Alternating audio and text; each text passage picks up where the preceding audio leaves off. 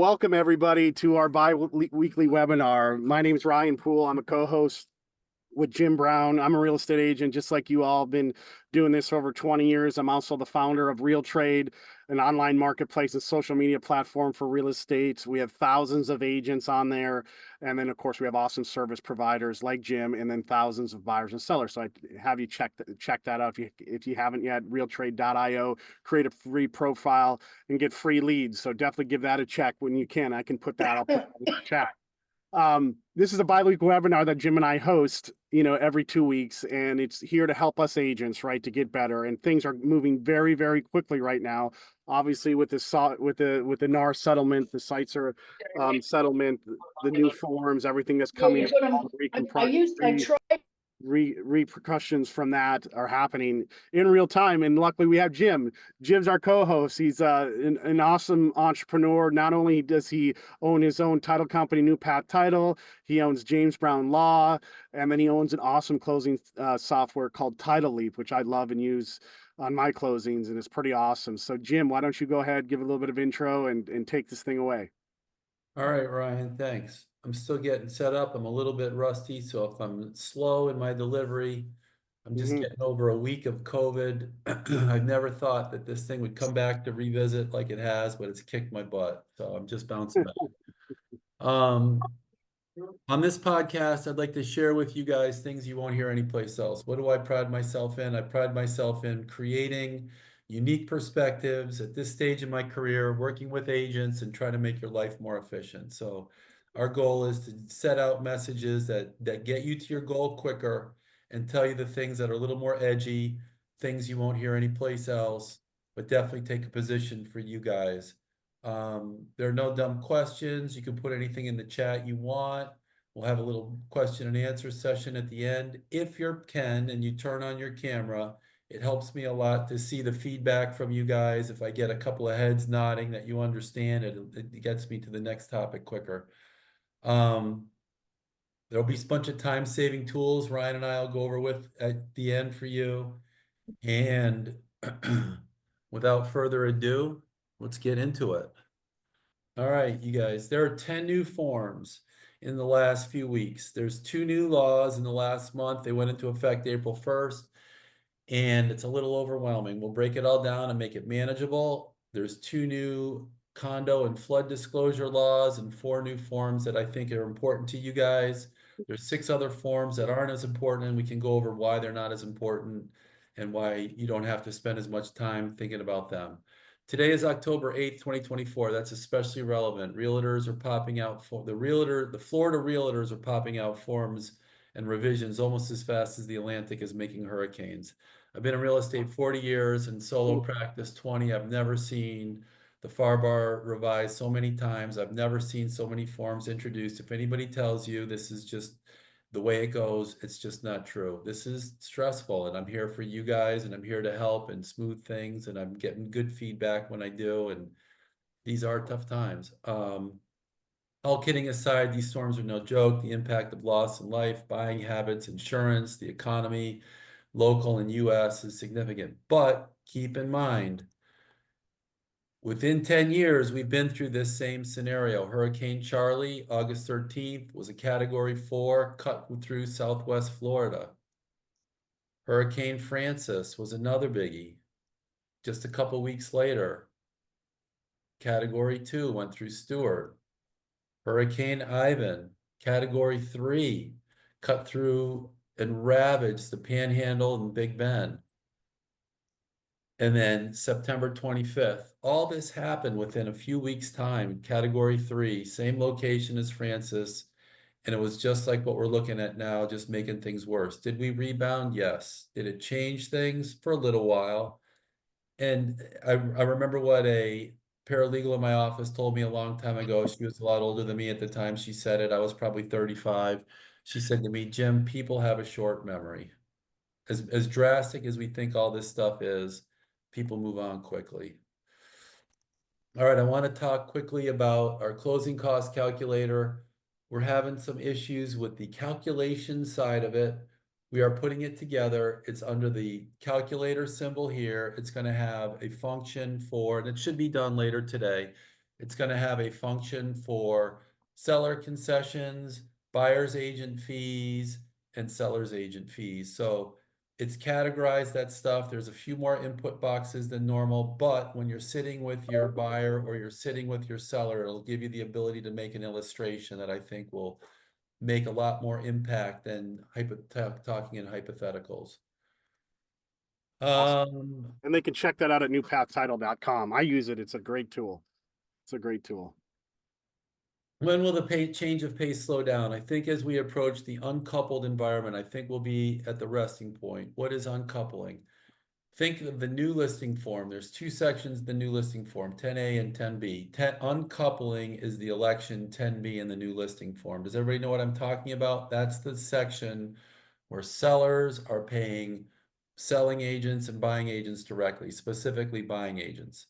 Coupling is where the fees paid to buyer's agents are paid by seller's agents.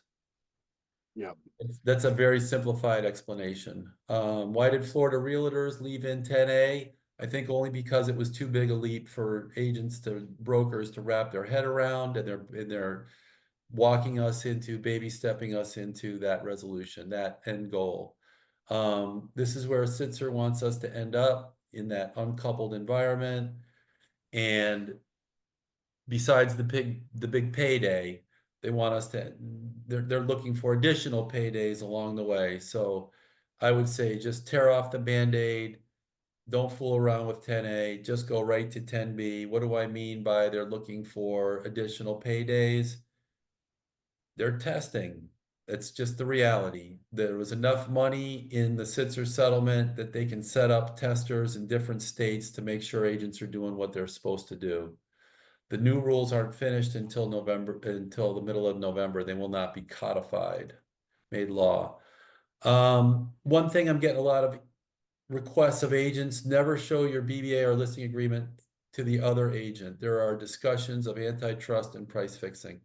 It's just reality. We talked about it. There are testers. They're going to be asking you leading questions. As a rule, don't send your BBA or your listing agreement. The only thing that I can think of as an exception is if there's a dispute between agents and it's regarding who got the client first. Then send over your BBA and show them what date it's dated. But if you're just talking about commissions, just keep that close to your vest. Don't share that. I'm getting a lot of texts about buyers can have multiple BBAs. And so what people are doing, what agents are doing, is when they're sitting down with their buyer, they're saying, have you signed a buyer's agency agreement with anybody? And if the buyer says yes, then the agent says, I can't work with you. That's not necessarily the case. Have you run into this, Ryan? I haven't ran into it yet, but I have a couple agent friends. Yeah. And that's, So if you're, yeah. I mean, in the BBA, obviously, you could put any geographic area, right? You could have the whole state of Florida. yeah. You could have just, I see in the outline, you could have just the county that you're in, or, different types of properties, right? And you can have different types, exactly. So if you're sitting with a buyer and they've signed a BBA, you may ask to take a look at it because you want to make sure you're not overlapping an existing BBA. But if the existing BBA says that they're working on residential properties, and the buyer that's sitting in front of you is saying, I want you to look for income producing multifamily, and they're both in Palm Beach County, you can sign a BBA with that buyer.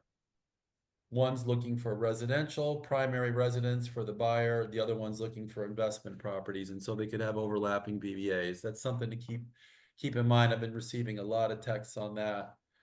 And that's definitely part of the rules. It's not meant to be. And like Ryan said, you could have one that's geographically the entire state of Florida, which wouldn't make a whole lot of sense for an agent to sign, but I'm sure it's happening.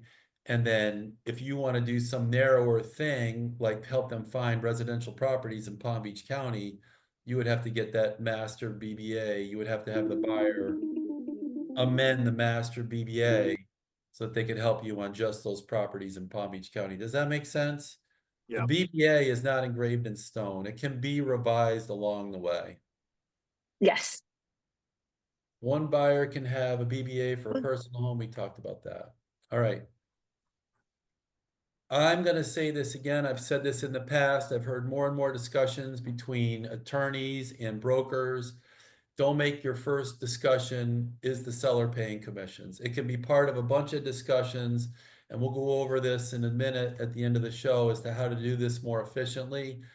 If it doesn't, it's not listed, it's in the listing most of the time. I'm hearing a lot of sellers. I'm not looking at listings myself, but I'm hearing from agents, a lot of sellers are writing in seller concessions. Are you finding that, Ryan?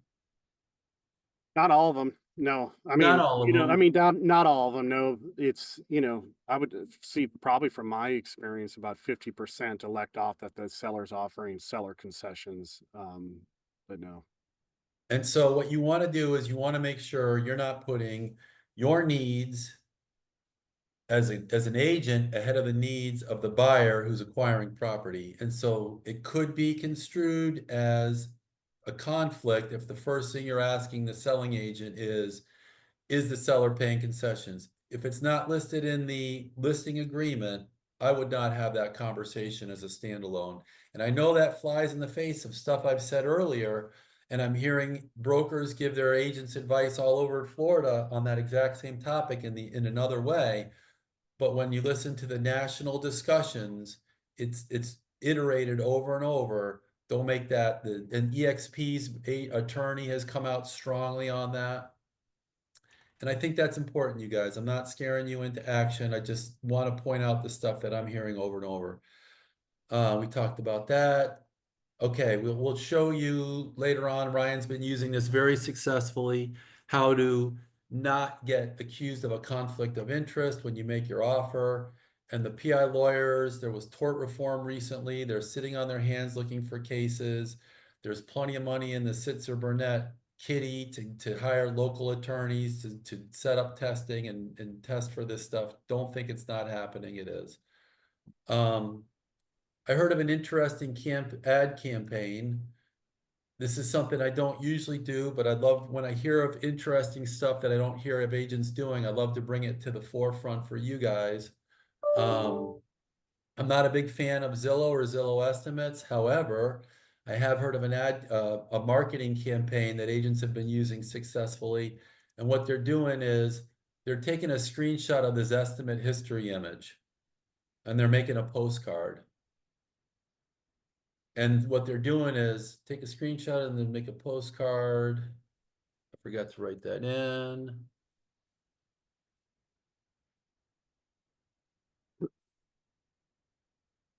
Make a postcard and do a mailing.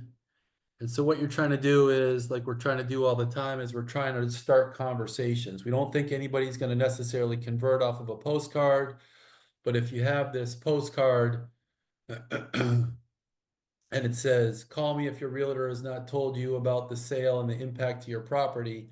I have heard from other agents that this has been very successful for them and that it's starting conversations when they see everybody familiar with the Zillow estimate graph and it goes up and then you get a sale that's way above the line or way below the line and you have to make that little dot with that line. And it's gonna, if you're a buyer, if you're a seller or you're in that geographic area and you see that this realtor is hitting it out of the park, getting these numbers way above, or it doesn't even have to be your listing. How does that impact your property? It just starts that conversation. Another thing I'm seeing before we jump into the new forms and laws, get ahead of the ball. There's no reason to have an upset client at the closing table. These BBAs are awkward, they're confusing, they're clumsy. If you think it's bad, just put yourself in the buyer's shoes. So we had a call the other day. One of the attorneys in my office took it. They closed a $900,000 purchase and the buyer was upset because at the closing table they paid $1,000 more than they thought. It was not our closing. They were calling us for legal advice on how to get the grand back from the buyer's agent. Imagine that. The seller was paying 2% concession and the BBA had the buyer paying a 3%. And the buyer, for whatever magical reason, thought that 1% was going to get negotiated or automatically ratcheted down because of the contract. This goes to a whole bunch of issues we've been talking about over and over: privity, uncoupling, transparency. But the bigger problem is our biggest source of referrals our biggest source of business, new business, is referrals, and that buyer will never refer that agent again. Get ahead of the ball. If you think there can possibly be an issue that tarnishes your referral chances, tackle it when you learn about it. I'm literally putting this thing together at the last minute so we can have the most up-to-date information. From our last show, I'd like to clarify something that I could have stated better because I didn't have more research time. In our last show, we were talking about the FAR bar, and the last section to the FAR bar at the very bottom, they revised the broker section, and the broker section has a line in it that I could have explained better. Can you see this, Ryan? Yep. All right, where it says, listing and cooperating brokers, if any named below, are the only brokers entitled to compensation in connection with this contract. I had conversation with other attorneys before the show, and there was confusion. I couldn't get a response from the Florida Association of Realtors. I talked to the Florida Association of Realtors. They're the ones that you really have exposure for if you don't manage this form properly. They're telling me that because the word broker is defined as the parties named in the contract, that it's acceptable that you don't go back and name anybody else getting compensation in the transaction. Full pause, total stop, pregnant with all kinds of conflicts. Does that even remotely sound transparent? But that's the rule that I was told. So I think Gia Freer was on the show last time, and she was immediately running off to a showing. And there was a referral that she had received, and I told her that she had to disclose it. That's not the case, according to the Florida Association of Realtors, who's the only party that would have a problem with if you executed on this provision. If nobody has any more questions, I'll move on, but I don't And think so it's just for clarity, if you get a referral from another agent, let's say for your buyer or your seller, you don't have to put that in as a cooperating broker. Ryan, is that paragraph as confusing to you I as it is know, to me? I know. I don't know why they changed that up, but I'm glad. Well, Thanks. we'll go over the last part of that paragraph in a minute, but I wanted to clarify what the Florida Association of Realtors, who also calls themselves the Florida Realtors and the Florida Realtors Association, and we'll go over why that's so confusing in a minute when we start talking about the new forms. All right, force majeure, line 439. On the heels or on the cusp of Hurricane Milton, I'm getting my hurricane names in my COVID head confused, but Hurricane Milton, right? We have this clause in the contract called force majeure. Can you see it, Ryan? Yeah, 439. There it is. Yep. Line 439. Yep. When you think about force majeure, we get calls all the time from buyers, agents, or buyers. We can't close. We have force majeure. It's in the contract. Force majeure is a global event. It's global. I should say it's a regional event. Force majeure is not your particular title company, your particular lender, your particular termite inspector, your particular insurance agent. That's not force majeure. Force majeure is when a government says this is a national, this is a state of disaster, this is a regionally global event, this is not particular to any one shop. Those are force majeure events.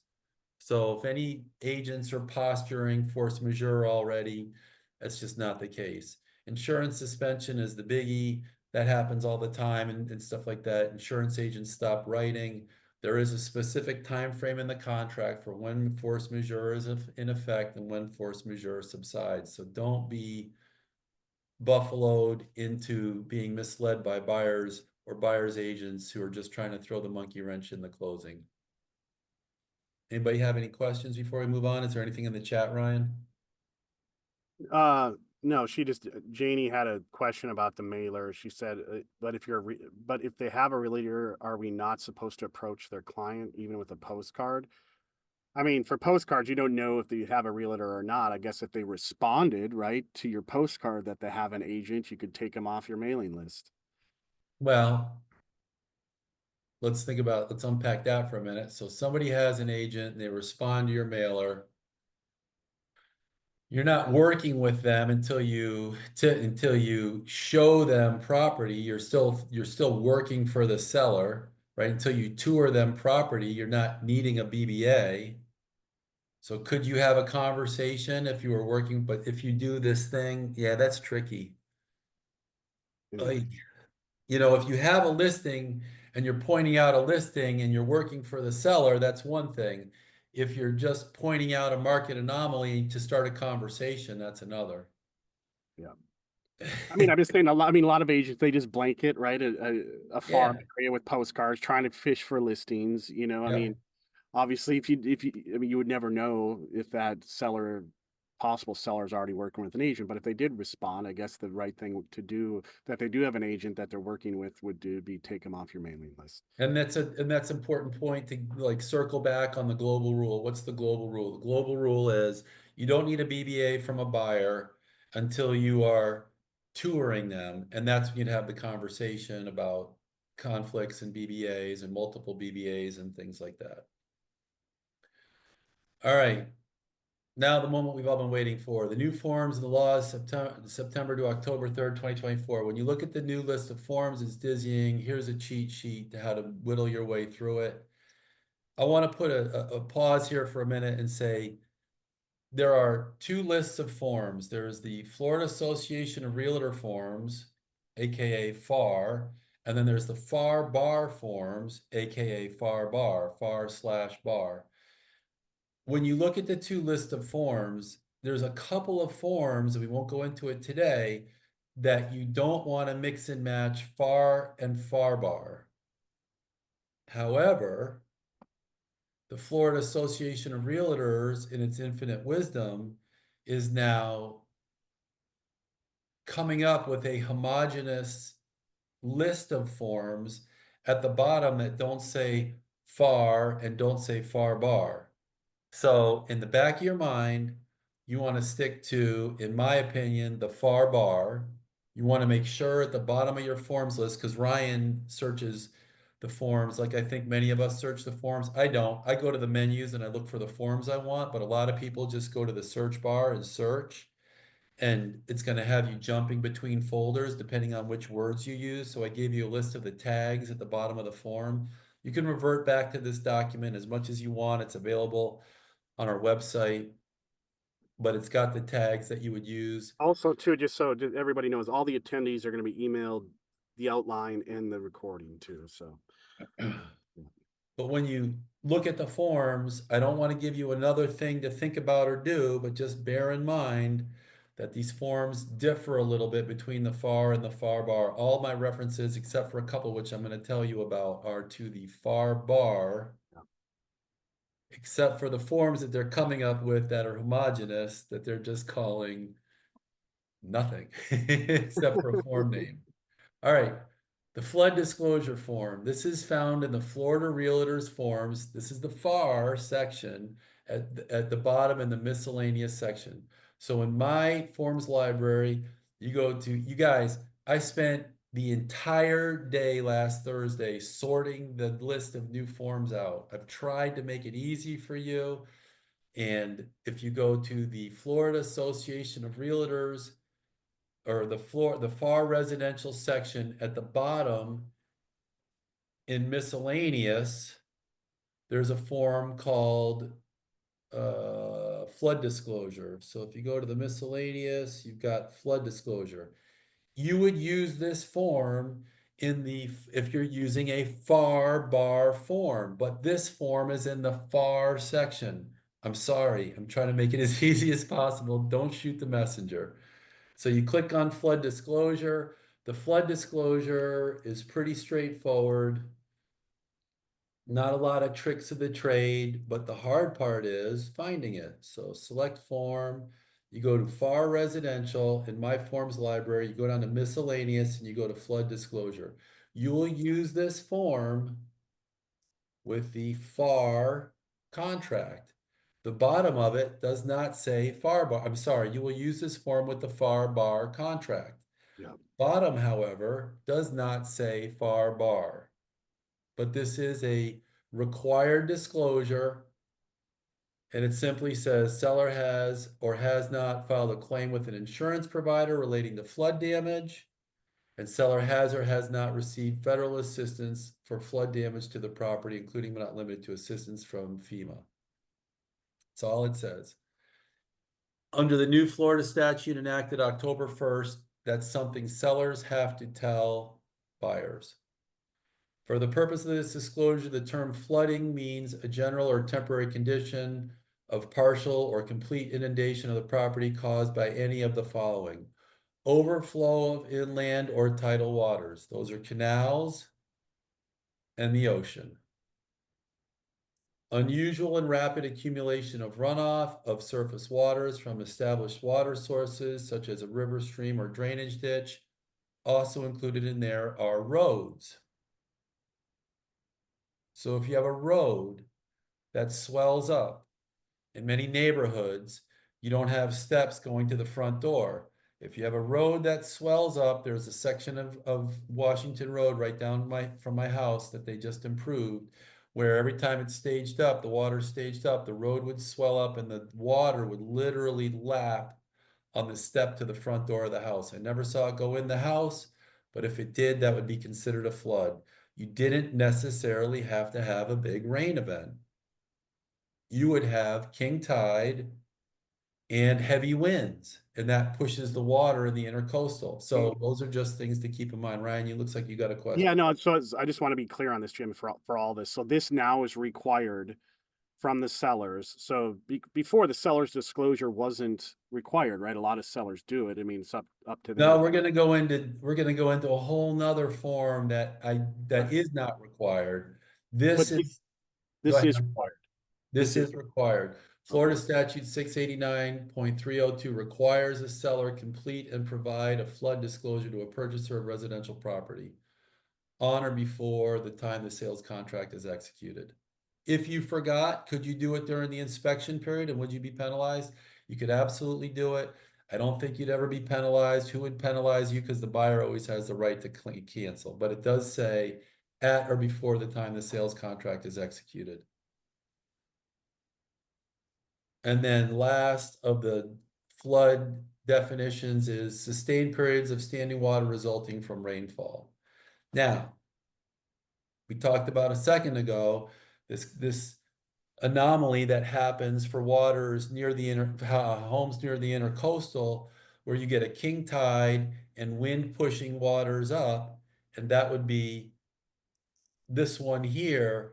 So these aren't what they call mutually exclusive. Any one of these things triggers the flood disclosure requirement.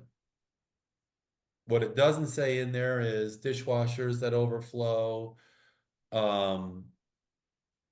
roofs that fail, windows that fail, no matter how much water comes into the property, washing machines that fail, those aren't floods under requiring this disclosure.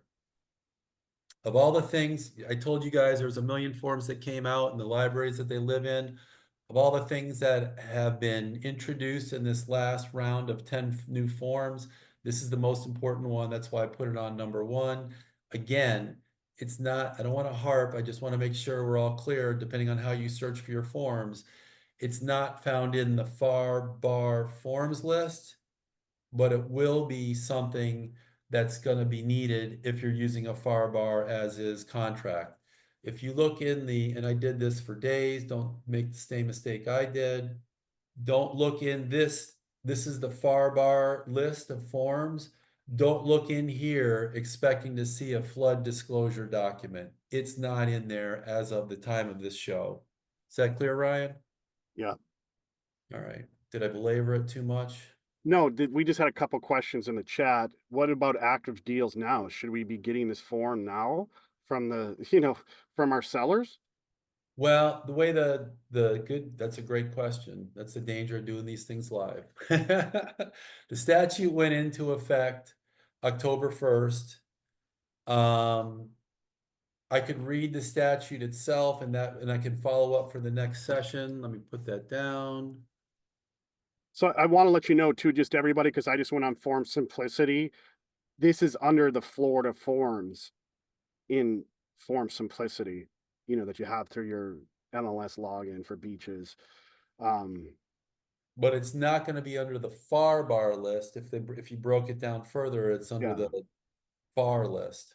Yeah. So I would tell you, having not researched the answer better, I'll come up with a better answer.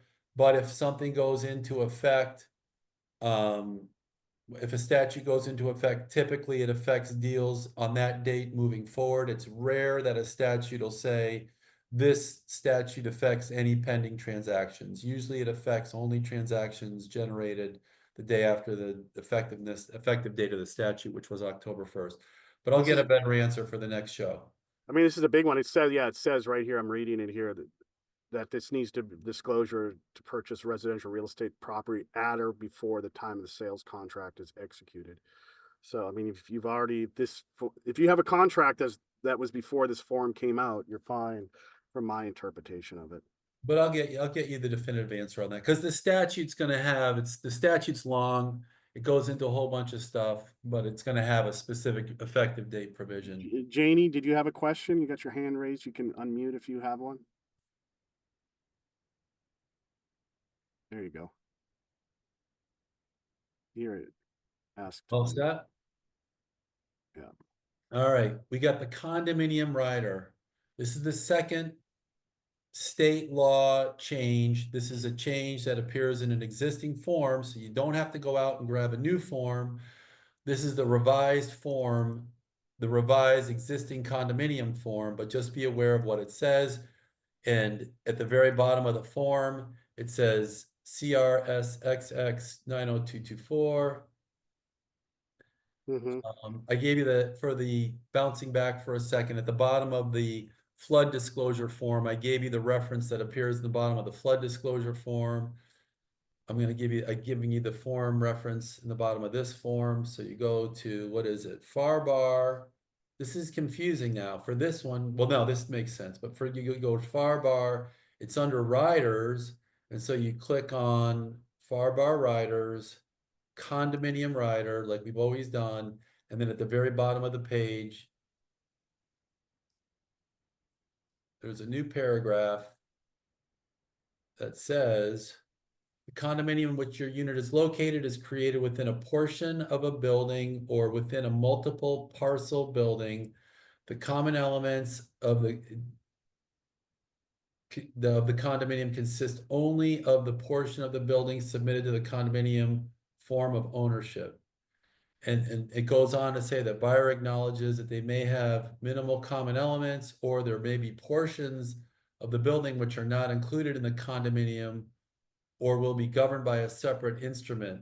So what it's saying is basically, you're buying in a building and it might look like it's got tons of common elements, but your building, the common elements on your building might only be one little piece because you're in a parcel that has a bunch of different associations. And your association may or may not control these additional charges.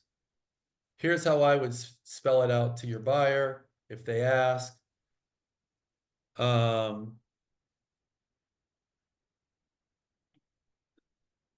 You may be responsible for fees that are common elements of other associations within your community. And it's more like parent associations, not just the fees of your association. So we've all seen nested communities before. We've seen them in homeowners associations. Condominiums are the same way. Maybe there's an amendment coming out for homeowners associations, but nested communities exist, and you may not or may not have control over the fees of the master association. Does that make sense, you guys? Did I mess that up, Ryan? Yeah, no, I mean, I've had sold condos where there's multiple associations. Actually, I've seen three or maybe four different associations that they need to pay for. So your message to the buyer when you're sitting with explaining this form, that you may be responsible for fees on common elements outside of your condominium. Yeah. Hey, before we get too far, real quick, Donna had a question on the flood disclosure. Yep. That include lots and land too, as well, not just, I mean, I would assume it's real property, so lots and land. Yeah, no. I'm thinking, I don't remember anything in there that limits it to a structure. Bar residential, flood disclosure. Yeah, it says residential real property. It doesn't say improved real property. It just says residential real property. Okay. Wow, that really opens up a can of worms because we've all seen.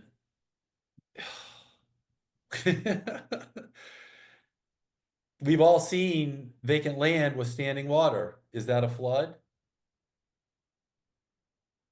We all agree that if an inch of water comes through your front door, that's a flood. But would we all agree an inch of water on a piece of grass is a flood? I know. I mean, my understanding, I guess, to answer Donna's question, yeah, I mean, it would, from what it reads right here, you'd have to get this disclosed for for vacant land too. Until we get more clarification, it says real property, and I'm thanking Wendy for having her camera on because I see her smiling like this. It's not just me, thankfully, that's confused by this stuff. Yeah, and Michelle And had, this is the value of doing, I don't mean to talk yeah, over you, Brian, but this is the real I value know. of doing the group, right? Everybody brings up something that their own perspective, which aren't things that I've thought of. Yeah, So and Michelle had a quick question. She said, the form says that the seller submitted a claim or received federal assistance. If the community floods, but the seller hasn't made any claims, how would a buyer know? then they wouldn't have to disclose. You're only disclosing if you've received the money, Yeah, not if it floods or if it doesn't flood. And there's another important one that Tajay and I went over this morning, which is, I didn't mention when we were in this section. Where'd my cursor go? Oh, here it is. I have to research this further, and I'm sorry that I didn't come prepared, but I just learned of it moments before the podcast. What if the association has applied for or received FEMA money or insurance money? So if you're in a condominium and the association has received FEMA money, are you under a duty to disclose that? Are you under duty to disclose insurance money? I can think of condominiums myself that I'm an owner in that have received insurance money for flooding. Would I disclose that in a buyer's disclosure, me personally? A seller's disclosure of a flood condition? I guess I'm supposed to, but I'll have to get a better answer. Did you have a question, Wendy? Yes. If we're representing the buyer and we do not get the flood disclosure back with the executed contract, are we changing the time for acceptance? Is that a term of the, I have one now where we got the contract, but I don't have a flood disclosure. This should really be part of the contract. Why is this not part of the contract? If the Florida Association of Realtors, I know. when I show you some of the revisions to the contract we're going to go over in a minute, why didn't they just put this in there? I agree with you. It should be in the contract. But Just, Wendy's question is well put. So if you get the contract back on Monday, it doesn't have a flood disclosure. You mention it to them Tuesday, you get the flood disclosure on Wednesday. The easy answer is you have to circulate an addendum that says the effective date is. And so you circulate that 2-second addendum. I know it's a pain in the butt that says the effective date is Wednesday. Or if you agree the effective date is Monday, depending on who you represent, depending on how you structure it. But the effective date is the effective date, and if you don't get the disclosure and you feel it materially affects your case, it clearly says right there that the flood disclosure is due on or before, at or before the sales contract execution. So that's something we're gonna have to. I mean, there's an out right there for your buyer. I mean, there it is. I mean, if you don't get this thing signed and the deal goes sideways, But because here's the important one that I think Wendy's alluding to. Your inspection period ends on Monday, and you didn't get the the mandatory flood disclosure until a couple days after the contract, do you have a good argument to extend your inspection period? On paper, no. In theory, based on the statute, arguably, you could say we got to extend. Now, would I rely on that to try to get your buyer's money back? No. But certainly, if you're trying to get an extension for your buyer for a couple more days and the flood disclosure was late, I'd throw it in the mix of things to negotiate, to discuss when you're negotiating an inspection extension. Mm-hmm. Yep. Good point. Great points. Kate had a good thing. Doesn't the wording homeowners insurance suggest vacant and unimproved land is excluded? I mean, I would argue that my vacant land policy is a homeowner's policy. It's an insurance policy. I mean, I would hate to be arguing.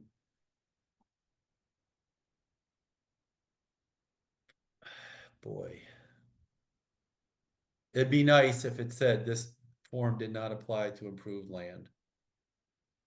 If anybody gets one of these things and you have a vacant property, let's talk about it first. But the reality is, if they haven't received money, you're still, if you have vacant land, well, here's the practical reality. If you have vacant land and you've never received money, the seller, this is limited. This is another important point I forgot to mention when we were talking about the form. This isn't limited to sellers and prior owners. This is just sellers. It doesn't say everybody in the chain of title. So if your seller of vacant land never received insurance money, all you're going to do is check no and move on.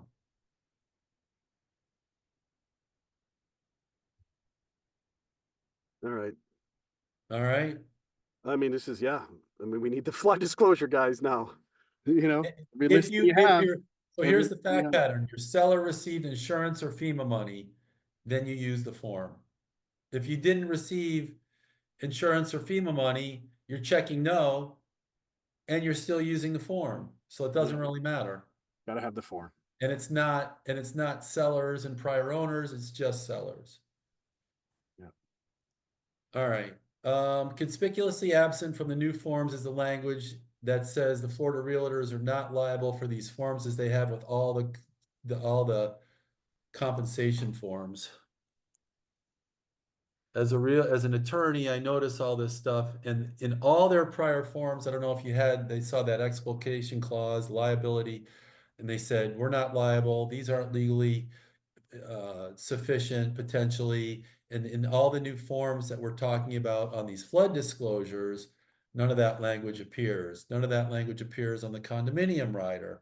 These are forms required by law, not necessarily forms the Florida Association of Realtors has discretion on. And so when you read the other forms, you're going to see that clause at the bottom that says Florida Realtors aren't liable if your transaction boomerangs, which really upsets me.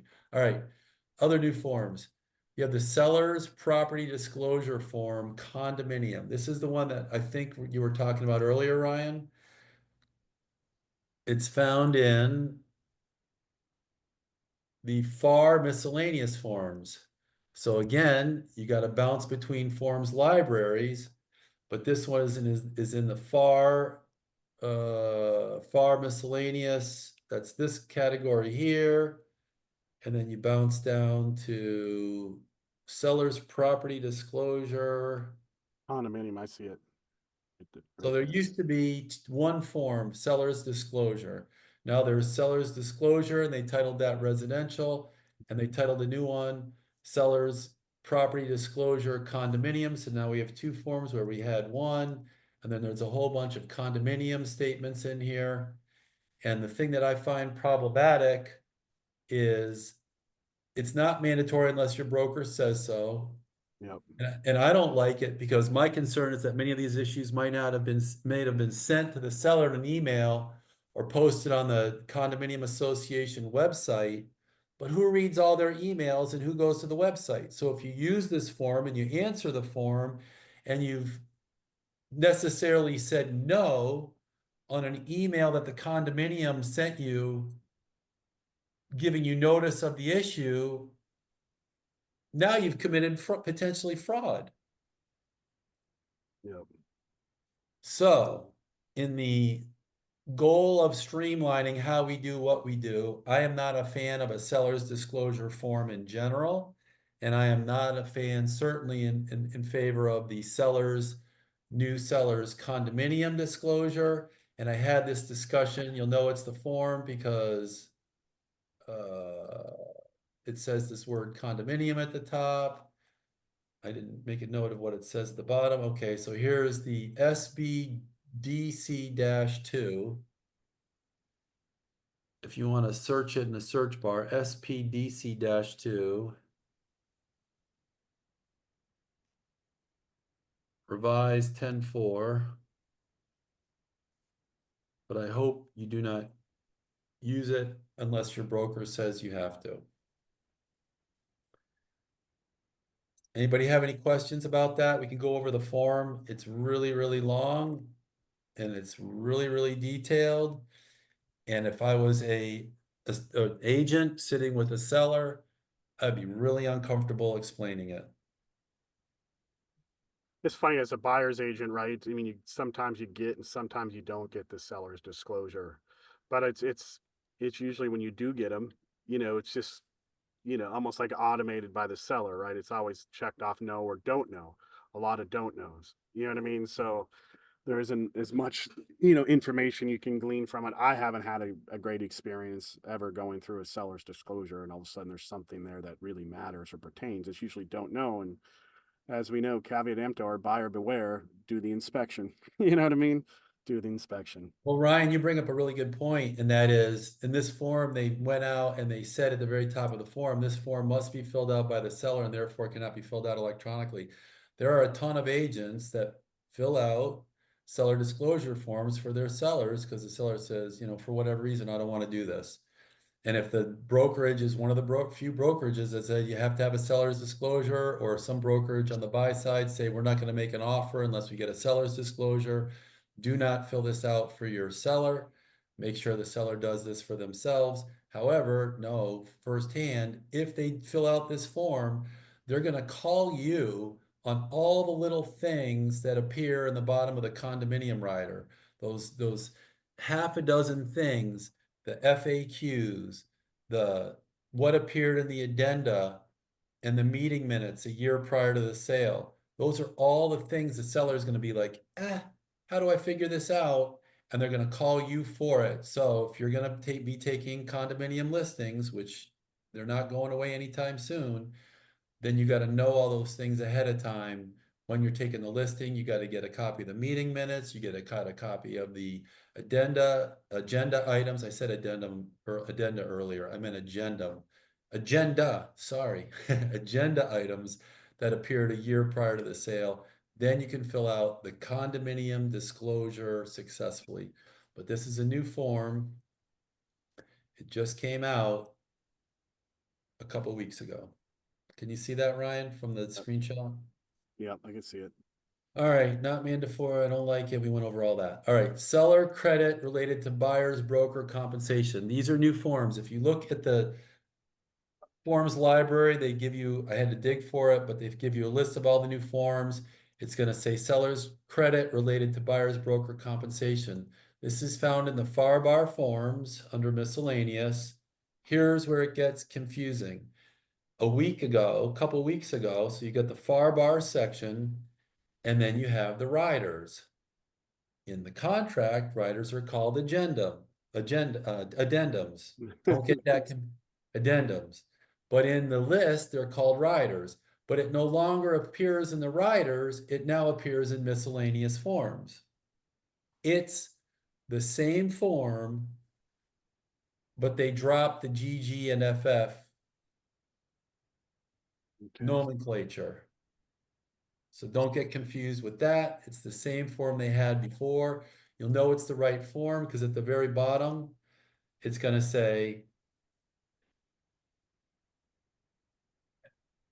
SCCA-1. It's the form that talks about the credit and changing the credit to conform to the BBA and changing the BBA to conform to the credit in the contract and all those things we talked about in the show prior. So I don't want to go too much in depth into that. We're already at 10:52. It's the same form. They changed the footer. They changed it used to say FF or GG right here. And we'll go over the changes to the FAR bar in a second. But there is no more reference in it in the FAR bar.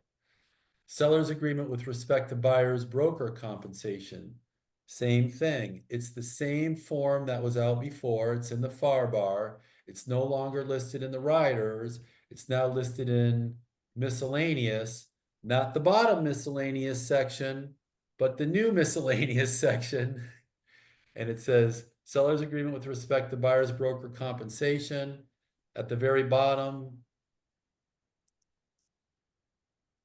you'll identify it. I gave you the Yeah, BBCCA-1. yeah. And this is the one where you make the offer and then the contract is contingent on getting the buyer's compensation issue sorted out. Ryan's been using a provision that I gave you guys a couple of weeks ago very effectively. We'll go over it in a minute. I'm not a big fan of this form. It's not mandatory. If you ask me why they took these forms out of the addendum section of the contract, I would tell you it's because they wanted them to appear less mandatory. So when I used to get or I still get calls from agents all the time. Here's what I'm talking about. So 3 weeks ago, these two forms appeared here as FF and GG. And if you go back and you listen to the podcasts, the Florida Association of Realtors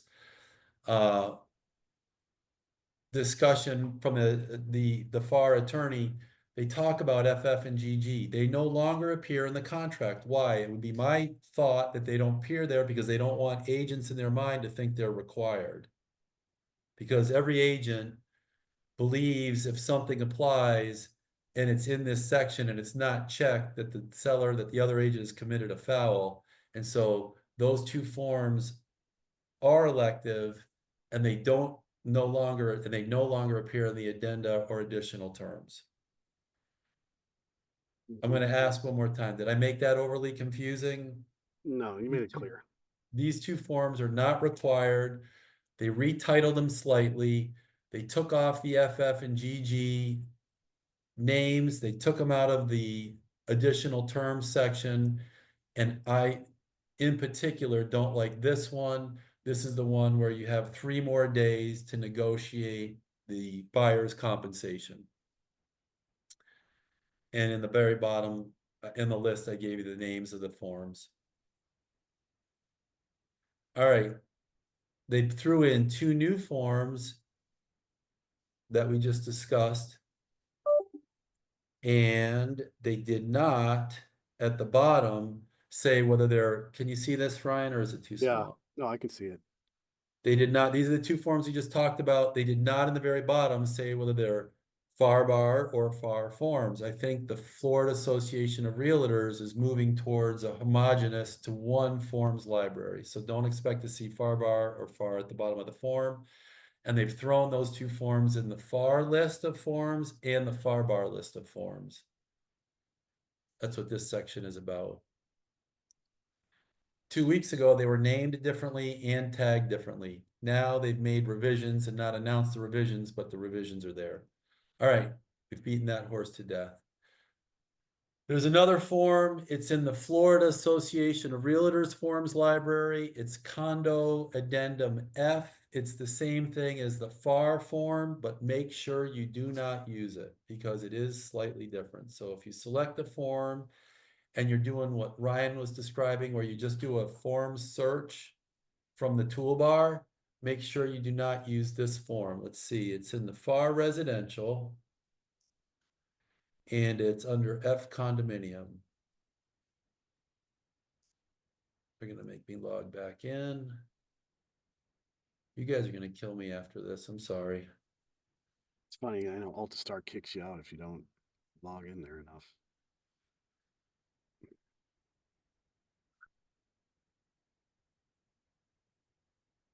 All right, maybe they're not gonna let me back in for whatever reason. Who knows? Here we go. So you go to FAR residential, you go to F, the condominium. So now we're in the FAR form library, not the FAR bar form library. And you're going to see at the bottom of the form, it's basically the same form. It's not exactly the same form. So you don't want to use it with the FAR bar. You want to make sure you're using the FAR form that we went over earlier. And you'll know the difference because here at the very bottom, it says FAR. It doesn't say FAR bar. Okay, go up to Don't, the top just to see what it says up at the top. don't shoot me. I'm just a messenger. Wow. Okay. All right. So here's the form you want to use. FAR bar. Go to condominium rider. It's the form, hopefully, that you guys have been using all the time. At the very top, it says A condominium rider. That correlates to A in the addendum list of the FAR bar. Everybody with me? And at the Mhm. very bottom, it says Florida Association Realtors and Florida Bar. Yeah. So the only form that we've talked about today that's not a FAR bar form is the FAR flood disclosure. Everything else that I like to use and I recommend you guys use are FAR Right. bar forms. So here's the one. There it is. I just went on Farm Simplicity, everybody. There is the if you put in condo, right, for like a condo rider, there's two of them in there. There's like Jim said, there's the FAR bar, and then there's just the FAR. So use the FAR bar condominium rider, which I'm making an offer on a condo hopefully today. You guys, I mean, I'm Jesus. sorry that the Florida Association of Realtors has done this way. I'm trying to make it as clear and simple as possible in what I call a cheat sheet format. Just use the FAR bar form unless you're talking about the flood disclosure, then you're going to use the FAR form. Got it. Keep going, Jim. All right, FAR bar as is. In the forms library, there was a rider list. We just went over all this stuff. They Yep. dropped the FF and GG from the FAR bar as is. Yep. We know that.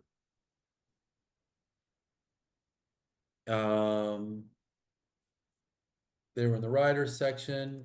You're going to know you're in the right form because at the very bottom, it's going to say as is SXX 824. Now, I haven't gone back to look at the old form when FF and GG were there, but just make sure that it says revised 824, which the old one said revised 824, but it's an SXX form. That's the as is form you want to use. We talked about this line 722. The big thing about this form is that, and agents are still calling me about this, and I'm sure they will. There's no bad questions. This does not modify the compensation agreements. The compensation agreements have to be modified independently. This must be done in BBA mod forms. Just because they've signed this agreement, it's exactly the example that I mentioned at the top of the show, where the buyer was upset they were paying a 1% to the buying agent personally at the closing table. This stuff doesn't change the compensation agreements. Think uncoupling, think parties, think agents have their own separate agreements. It's where we're headed for sure. There's another form called the receipt of this, the last form, I promise.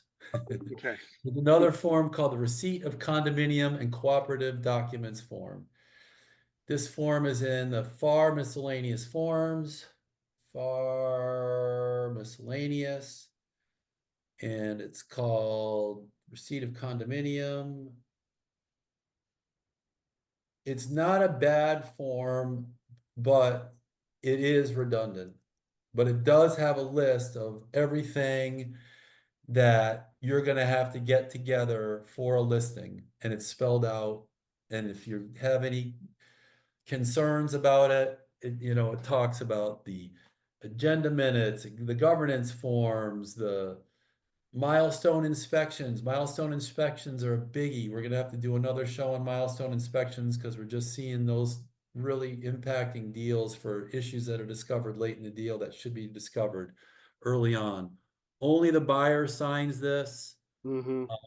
You'll know it's the form. If you want to just search it in the forms library, it's called an RCD-7. It was just revised a couple days ago.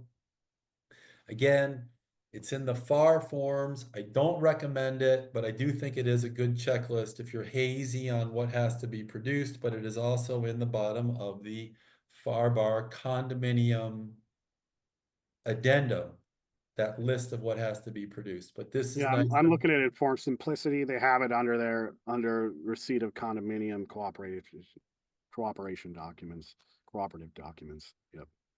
So if you look at the outline, I said, I think it's a good checklist. I think it's redundant, blah, blah, blah.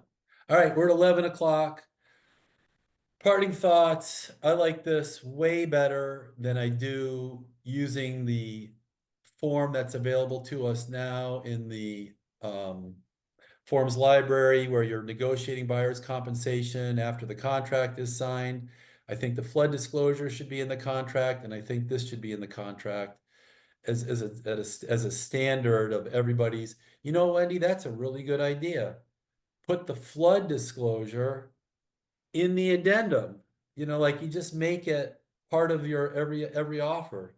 Wow. Anyways, so you send this to your buyer with every, you send this to your seller with every offer. This way, an agent could never be accused of putting their commission incentive ahead of the buyer's desire to purchase.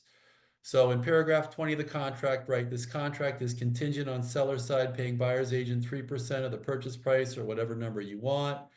Have the buyer sign the offer. Boom. What have you just done right there? You've put the buyer's desires and the agent's desires at the exact same time, not in conflict. Send the offer to the seller's agent. With the offer, send the seller to the buyer's agent compensation agreement with the same percentages of the contract offer. It's that easy. And you'll keep yourself, if there are testers, you'll keep yourself not running afoul of those tests, for lack of a better term. I haven't had any pushback on that either on the additional terms on any of my offers that I've been writing that in there. So it's been great. This is something I wanted to open up to the floor for discussion. I don't know how to handle it, but I guess Ryan Poole or Ryan Beckett brought it up a couple weeks ago. Sellers are countering with two offers and making buyers agents not comfortable. What do? They're sending back two counter offers. A higher price seller pays buyer's agent and a lower price with buyer paying buyer's agent. And as agents, we have to present all the counters. But it's really putting in a highlight that compensation impact on on the purchase price and bringing it, you know, front and center. I don't know how to manage this. I'd love to have your input.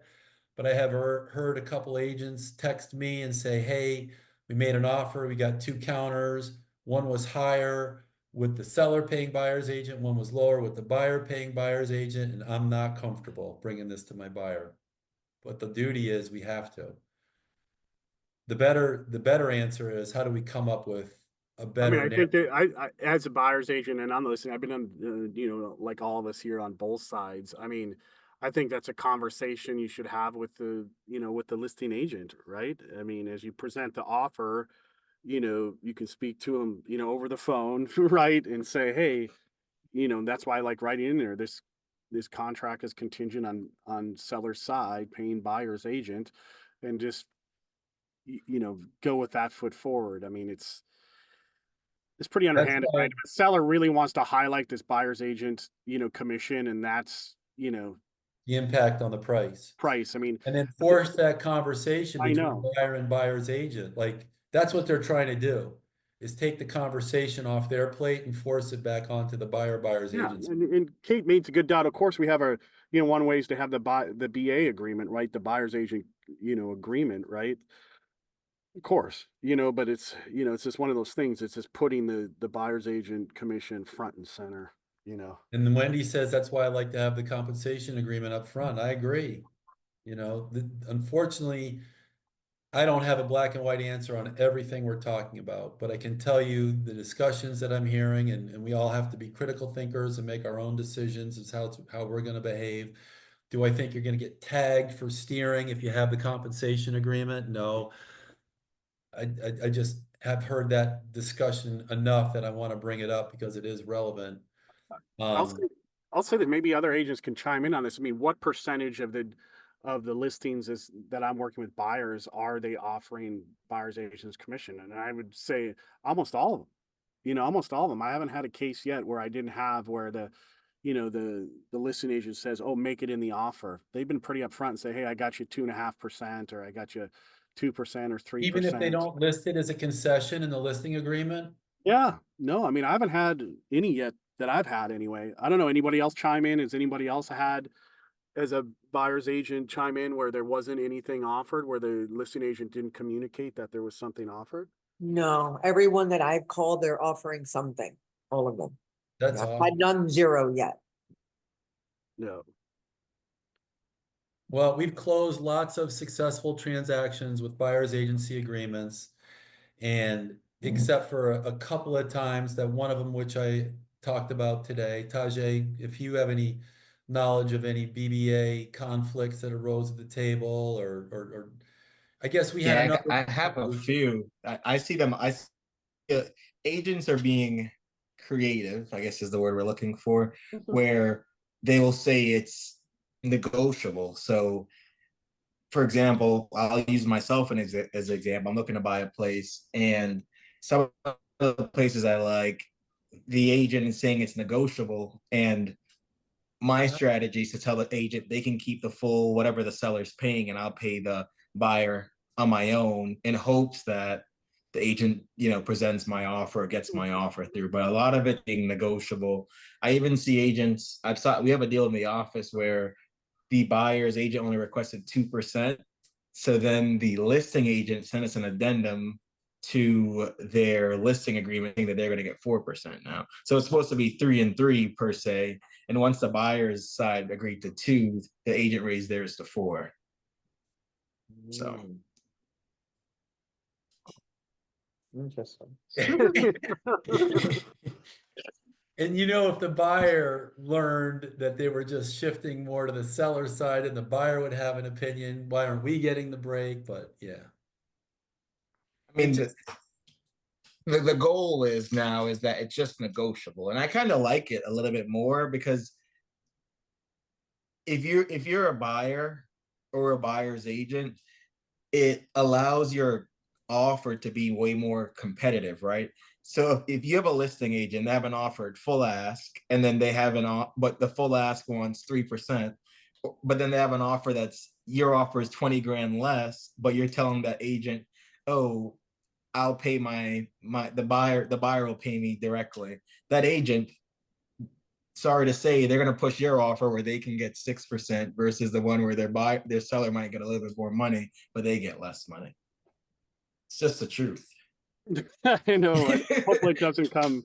And I mean, I agree haven't. with Luckily, you. I haven't seen it yet. I haven't seen it. Most of them. There's so many Yeah. posts on And social and especially when a lot of media. the agents doing it, you look them up, they're not productive. So I mean, you can dislike them, but you probably never deal with them again. They're a one-off, or they're probably closing one deal for the year, anyways. You know what I mean? Yeah. All right, we have tons of deals that are closing successfully without friction on the BBA side. But I also want to tell you guys, if you want us to be your title agent and you like the advice I give, we work for food, and our food is title agent, closing referrals. So if you like the way we work and you're representing the buyer, you can always write us in as the title agent in paragraph 20, and don't change the election on who pays for title. In paragraph 20, simply say the closing agent is New Path Title, and then we can be the title agent and the seller will still pay the closing agent fee. But all you've done is you've agreed on who the closing agent is while you've been in the contract negotiation. I've been doing this stuff for 40 years. I can't say that there's anything that I find more interesting than real estate transactions, and educating you guys is one of my biggest pleasures. And I'm honored and I'm privileged to be able to do it. And I think it's an amazing, scary, changing time we're in, and I'm happy to work with you guys and be your title agent. And if you do what we're talking about, there is no fee shifting. So the seller will still pay and the buyer and the seller will have simultaneously chosen us as the title agent. If it doesn't work, it's not a hill to die on, but if it does work and we can be your closing agent, it makes it a whole lot easier to have conversations. I'm getting more and more texts from realtors we're not representing. And after I give them the advice, there's, you know, whatever it is, they're saying, oh, I got it. I had one the other day about leasing agreements. You know, I'm happy to answer questions on all topics, and people are switching to us because we're giving them that kind of support. All right, you guys, that's all I got. No, thanks, Jim. You guys, Jim 24/7, he answers texts. It's amazing. You got a real estate attorney at your disposal. I can't say enough good things too about New Path Title. I love closing with them. They have the great closing software called Title Leap. It's like a free contract coordinator. Of course, you have, you know, and it's free for us agents, keeps track of all your drop dead dates. Of course, Title Advance. I use that now, even on my buy side, if I want to know there's any kind of title issues that we're going to have to address come out to closing. Of course, if you're a listing agent, getting a free Title Advance, you look like a hero going into your listing appointment. So definitely get those tools from Jim. Those are free, offered to you, Title Advances. And it's great, Jim. I mean, having a real estate attorney's perspective here with all these new forms and what we should do, can't say enough good things. Of course, hey, check out if you haven't registered for RealTrade, do it. It's free for us agents, and you can get free leads. Not only can buyers and sellers discover you off your own listings, they can actually discover you on the Search Pros features. They can check out, you can get connected with other agents. It's almost like basically a marketplace and social media come together. I hate using the word Zillow, but it's like Zillow meets LinkedIn, but only for real estate. But we have a different business How model. many agents are you up to, Ryan? Gosh, Jim, we're closing in on 3,000 now. 3,000? Yep. I 3,000 think, agents. wasn't the And last thousands show? of buyers and sellers. I mean, we're running some ads too. So we're getting more buyers and sellers on the platform. Of course, homes.com has kind of basically copied our whole model where they go, oh, you can connect directly with the listing agent, which you can on RealTrade too. But we have way better. We have the whole Yeah, but social. you guys are so much more personalized. Yes, I mean, totally. You get your free profile. It's almost like your free landing page, and then you can connect with all the awesome And you services. got the social element where you guys are getting off market stuff happening. Exactly. You're going to see things there, you know, data from agents and the public that you can't get anywhere else. So it's pretty awesome, Jim. Pretty awesome. And then we got, if you guys have to sue somebody or evict somebody or eject somebody, we've got James Brown Law. People aren't aware, there's a little known tool called partition. We've talked about it before. I had a call from an agent just the other day. Two people owned property. One person wanted to sell, one person didn't. We can make that sale happen. And it's called partition. It's not tough, but people who are stalemated on what to do with property that have multiple owners, we have tools that we can get them over the hurdle, make the sale happen for sure. Oh, also eviction and ejectment. There's a big difference between eviction and ejectment. If you have an attorney and they're using an eviction and it should be an ejectment, they're wasting time and money for your client. We can get that, we can get those things tackled for your clients. And then Ryan mentioned title advance. Use our title advances. They help. Period. End of story. It's a cheat sheet for It's your one of the title. best things ever. It can save you so much time as a listing agent and as a buyer's agent too. You just know going in, you don't have to sit there and wait for, for title to come back if there's any issues. It's a great free service that Jim I does. want to mention something that we haven't mentioned in the past. We have another service. We do hard money lending. So we've talked about creative finance a lot. We've saving a bunch of deals lately. We are happy to pay agents points who refer us deals. So these are 1 to 4 family residential, not owner occupied transactions. If you send us a deal, we give a loan, we'll pay you points. It's simple as that. And you could do that because you're a private lender, right? It's not, yep.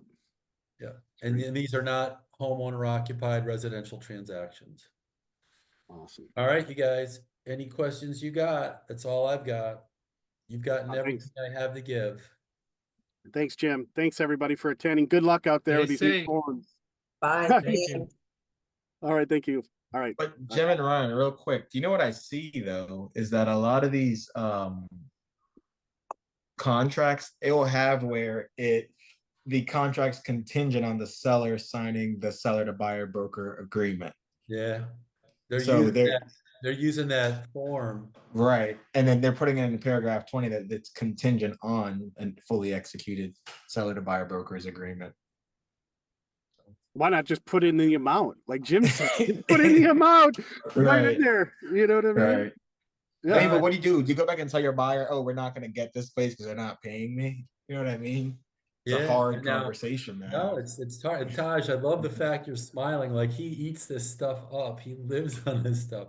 But Because I can't wait to see like when it does come to fruition where it's always like, I'm not paying you, but the buyer really loves the place. What do you do next? You know?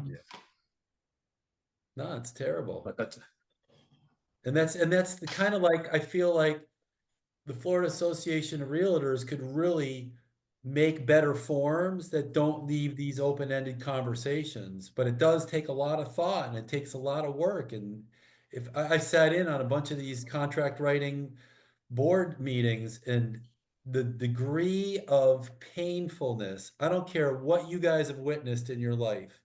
You've never seen anything more painful than a bunch of lawyers sit around and talk about contract terms. It is. Well, they're It's- all getting paid, Jim, you know, to talk as long as they. No, well, what they're doing is they're generating work, right? Because we're at the board review meetings for free, but then we're thinking about ways to set ourselves up for work in the future. But Exactly. Make it ambiguous as you can so there could be later attorney work. I'm not gonna, no one can repeat this in this podcast who's lingering, but I don't like lawyers. Just putting it out there. I don't like lawyers. And I want to put a caveat. I don't like most lawyers. There are some lawyers that I really like. I was schooled. I had the benefit of being schooled by some older guys, Greg and Jeff Burdick, specifically Greg, or specifically Jeff rather, and Jeff Barron. And those guys told me when I was a year into practicing law, they said, Jim, if you don't get a closing, everybody's mad. Make sure that thing closes. And so I always thought of how can I make this thing close? One of the ways you make it close is you educate the agents upstream so that by the time it gets to you, those conversations have been had. Educate the agents on critical dates. That's why we invented Title Leap. Educate the agents on pitfalls you see other agents making so their deals don't fall out in inspections or have, you know, major heartburn right before the closing because they failed to deliver the condo docs that were required. But make the deal happen, right? Every time a deal doesn't close, we don't get paid. I want to make that deal close. Let's close deals, everybody. Let's it. close some Fun deals. guy. Thanks, Jim. Thanks, Take care. appreciate Have a it. great Thanks, day. everybody. have a good one, guys. Good luck Bye. out there, guys. Good luck.